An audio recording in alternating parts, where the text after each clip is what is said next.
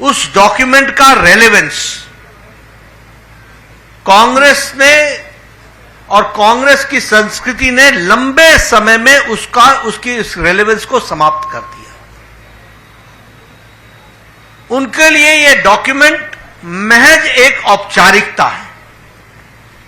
उनके लिए यह डॉक्यूमेंट महज एक रिवायत को पूरा करना है और उनके लिए यह डॉक्यूमेंट लोगों के साथ छलावा करना है।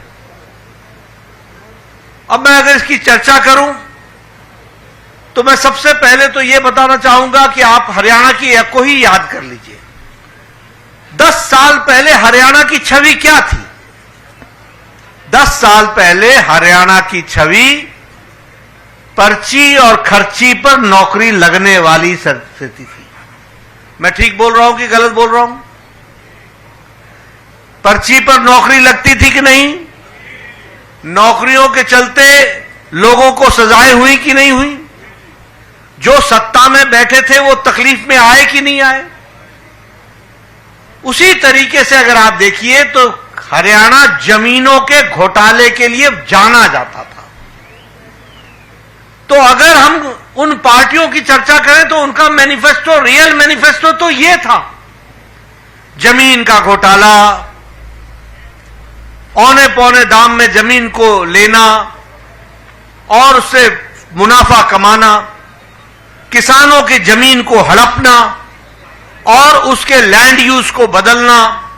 ये सारी, आप बताइए 10 साल पहले भ्रष्टाचार की छवि थी कि नहीं सरकारों की?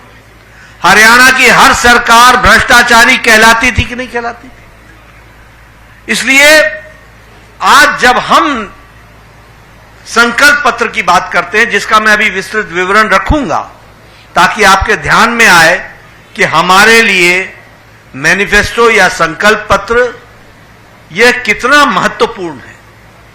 और इसीलिए मैं ये कहूंगा कि सबसे पहले तो जो हम लोगों ने कहा है नॉन स्टॉप हरियाणा।